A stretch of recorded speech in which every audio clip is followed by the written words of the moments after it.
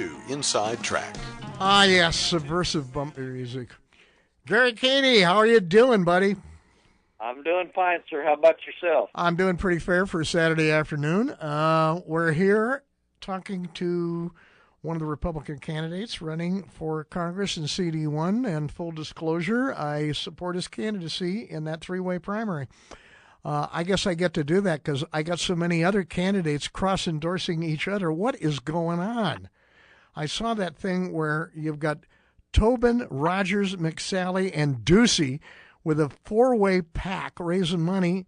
And I'm looking at that and saying, that's the craziest thing I've ever seen anybody do politically. Normally, when you've got your own primary, you don't jack around in somebody else's.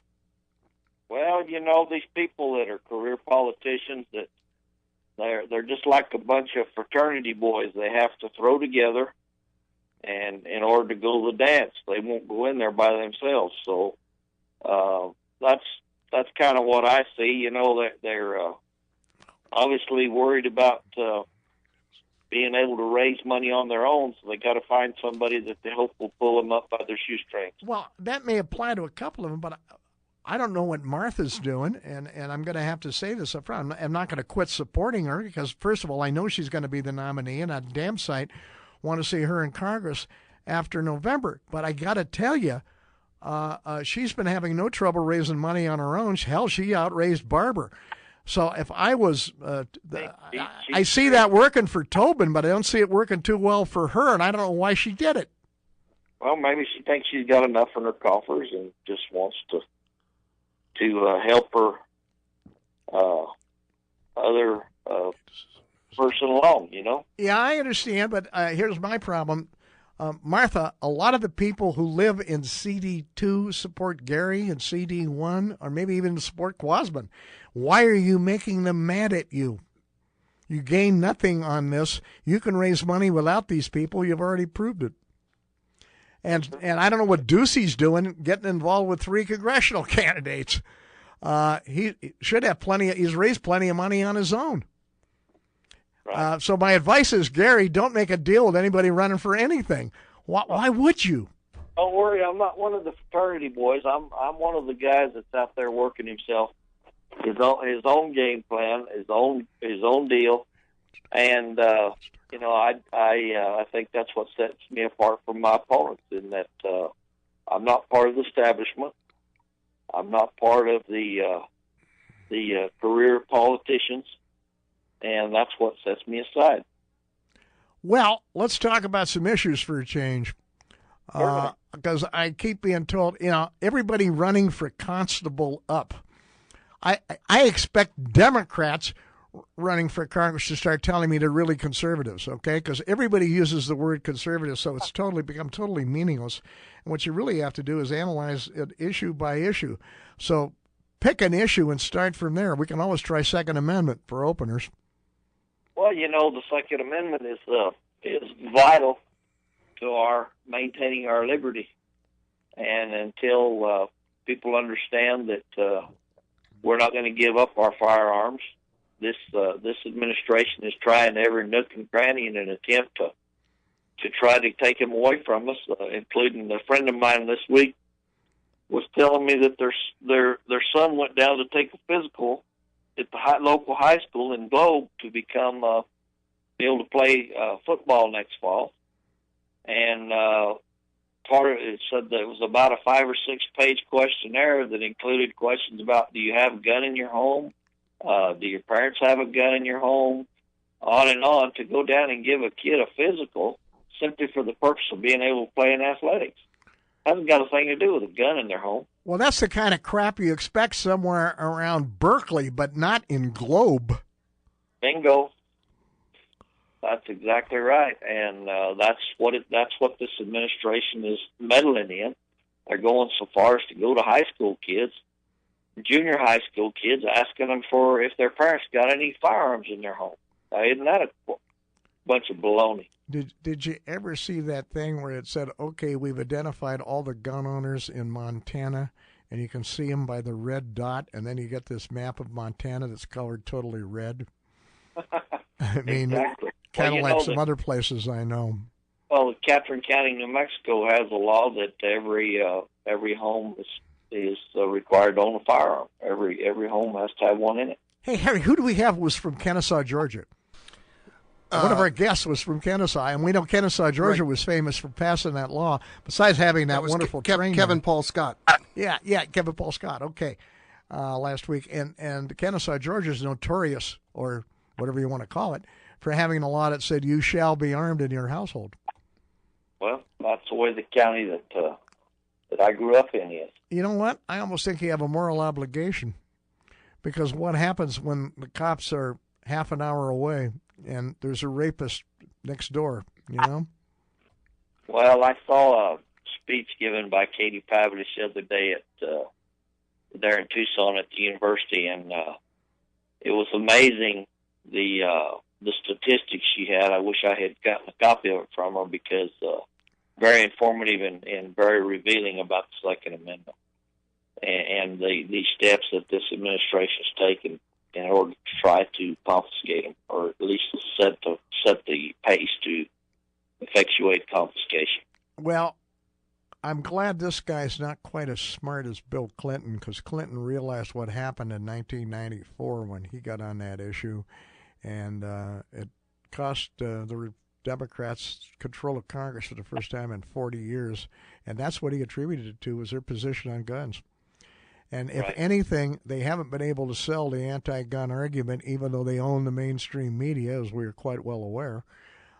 So there's got to be enough counter media out there that basically the NRA and all the rest of the good folks, from Gun Owners America to the Second Amendment Foundation, to Jews for the Preservation of Firearm Ownership, I could keep rattling them off, and we all know that. They're on and on, one after another. And there are good folks, and this country's not going to play the game on that one when the time comes. Hey, let's try this one for a minute. I know that you are a rural guy and been both a rancher and an oilman, and you also know what's going on with regards to much of what the federal government is doing to screw over rural America. But I don't know if you picked this one up, and Harry and I are working on chasing it down. But the BLM stuff in Utah, as we know, we can talk about Bundy. Forget about Bundy. The shaft they handed the Western Shoshone is unbelievable. I don't know if you're familiar with that or not, but I'm trying to research it. When I do, I'll get it to you. Okay. No, sir, I'm not familiar with it. I can tell you, right in our district there in Greenlee County, the U.S. Forest Service totally gathered all the cattle for the Martinez family, hauled them to sale, sold them, spent more money than the cows were worth in gathering them and shipping them and marketing them, and then handed the Martinez family a bill. And I'll tell you what, it's disturbing to me, and the most disturbing thing to me on the deal in Nevada is the fact that they came in there and decided they were going to gather these cattle with helicopters in the heat of the day, and in the spring when the cows were having their calves. They ran as many as 150 of the cattle to death. They shot several of the bulls because they were scared of them. And you call these people cowboys, and they're in charge of management of your federal lands. You know, it isn't the cow's fault that she was allowed to run up there. Whether, regardless of the battle between Bundy and the BLM, it wasn't the cow's fault, yet the cows are the ones that get killed. And where in the heck's PETA in an incident like this? And the 150 plus cows that they killed and buried with backhoes have been, now some of them have been dug up just to prove what happened. And the thing that amazes me is the BLM's going to say, well, that's just the cost of doing business. They're not going to give him the credit for the 150 cows that today, depending on which ones they were, worth as much as $2,000 a piece, $1,000 for a good calf. So, you know, you're talking $150,000 off that million, or $300,000 off the million they claim they were owed by. Well, the story on the Western Shoshone, which no one's paid much attention to, this has been going on for years. They have a treaty. They're a little different. They're better off than Bundy. In a sense, although the courts don't seem to want to do the right thing with it. And that's in 1863. They said, this is your dirt. And then they came along later and said, well, we're going to buy that dirt from you. And they said, we don't want to sell it. And they said, well, that's too bad. And they got the courts to say, well, since they won't take our money, we're going to give our money to the Bureau of Indian Affairs and let them administer it for them. And now we have their dirt, and they'll have to get their cows off it. Well, nothing's changed. You watch all the old Western movies, and they would capture the Indians, and the Indians would make a treaty, and the Great White Father that spoke with forked tongue would break the treaty, and that still exists today. Yeah, tell it to Red Cloud. That's what I was going to say. The Ukrainians and the Poles and the Latvians ought to recognize that our track record on keeping our word ain't too damn good. Gary, hang on. I got to grab a break. Let's come back and talk about some other economic issues. Thanks, sir.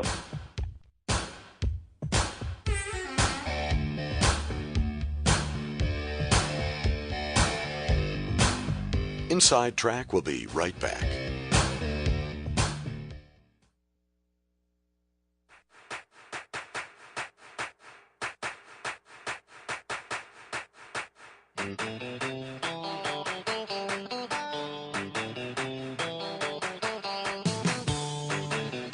And now back to Inside Track. Hi there. Welcome back. Our guest for the remainder of this hour, Gary Kiehne, Republican candidate up in CD1. That's the district currently held by Ann Kirkpatrick. It's also a district that has bits and pieces of 11 counties. And if you don't think that wasn't a great gerrymander, the Democrat-controlled so-called independent commission ran, you're crazy.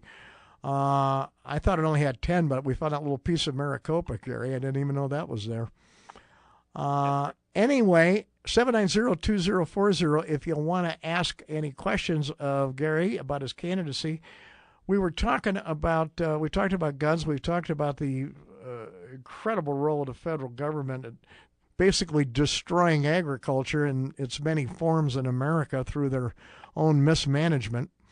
And one more coming up. How would you really suggest we handle that $17 trillion that we're in hock right now, mostly to China? Thing that you can do with that debt at this point in history, when we've incurred debt, you could print enough money, raise taxes enough, or cut enough expenses that inflation would overtake that deficit. The problem is we never faced one this great. And the only way you're going to get out of this one is to produce your way out of it. We no longer have steel mills. We no longer have the ability to manufacture like we used to, or in as good a quantities as we used to. That's all been exported.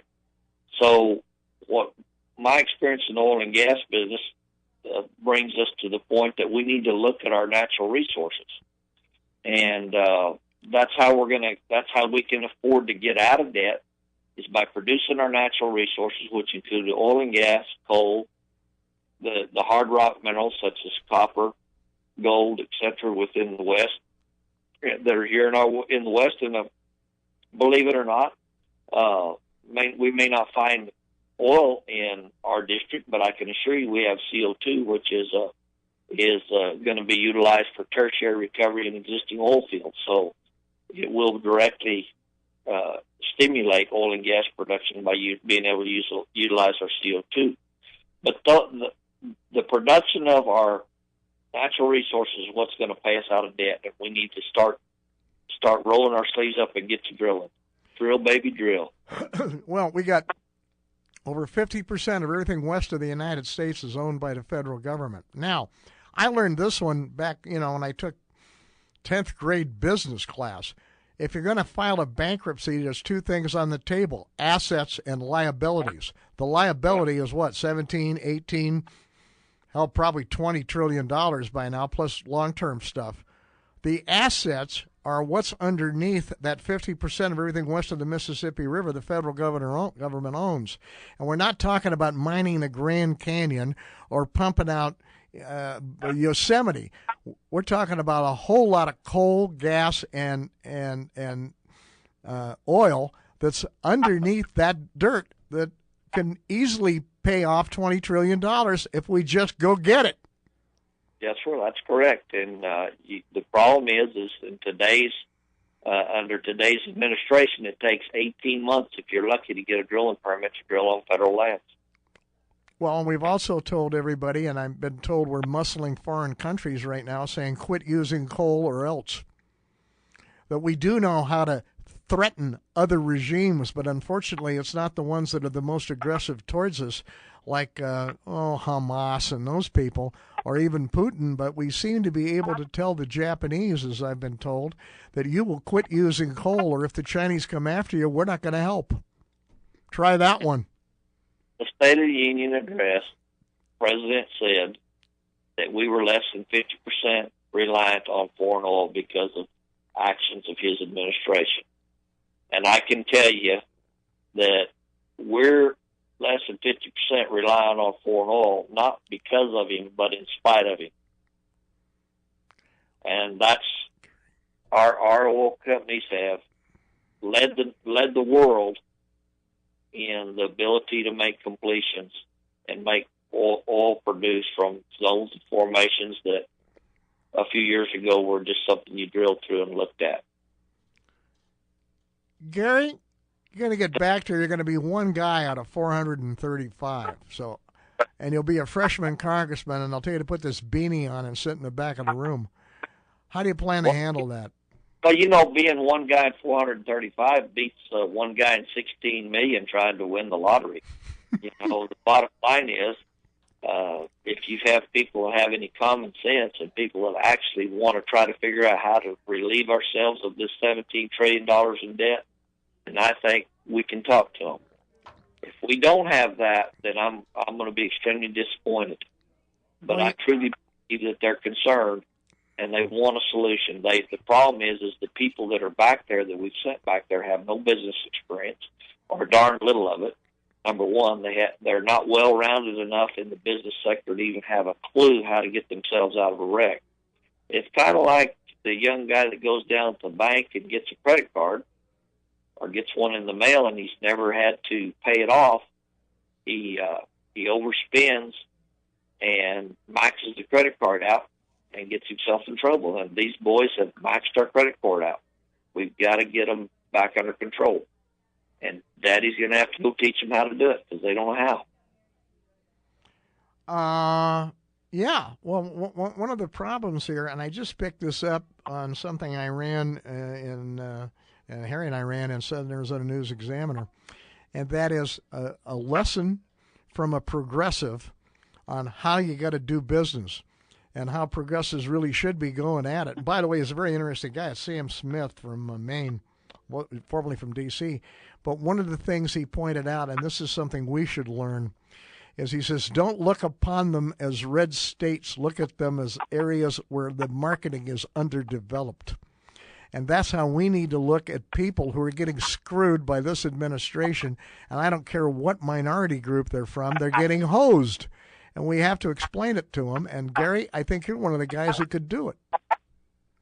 Well, I believe so. I've dealt with all walks of life my entire life, and I've learned just as much from the people wearing three-piece suits as I have with people with holes in their pants. So I think that that's what makes me unique versus my opponents, in that I'm just as comfortable in a custom-made business suit as I am in a pair of Wranglers and a pair of cowboy boots on the side of the hill digging post holes. So, and in all reality, just as happy in either position.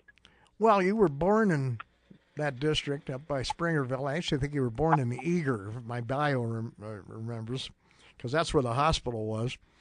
But, no, it's actually in Springerville. It's an old rock hospital right there on the corner. It's now the office for the judge there. I stand corrected, but at any rate, it's the middle of the district, and that district has, I remember being told, oh, that's mostly an urban district, isn't it? Well, yeah, if you count Clifton as urban.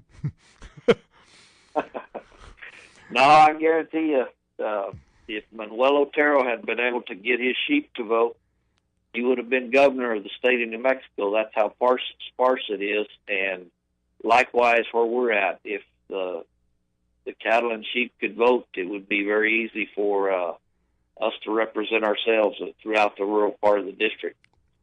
I appreciate the fact that it is rural. I appreciate the fact that I'm able to not only represent those kind of people, but I've lived with them and lived the rural life. You know, I'm one of the few guys who would probably know how to. I can guarantee of the ones running for this office I'm probably the only guy that know how to put a bucket down a hand, full well, and get the water out of it. And with that, I got to let it go. I need your website, my friend. All right, you can look at us at www.kiehneforcongress.com, and Kiehne is spelled Kiehne. And once again, that's www.kiehneforcongress.com. That'll tell you where he stands on the rest of the issues, because as you may have noticed, if you haven't met Gary Kiehne or heard of him before, he has a habit of telling you where he's at. Thank you, Gary. Thank you, sir. I appreciate your time. I appreciate yours. Yes, sir. Bye. Inside Track will be right back.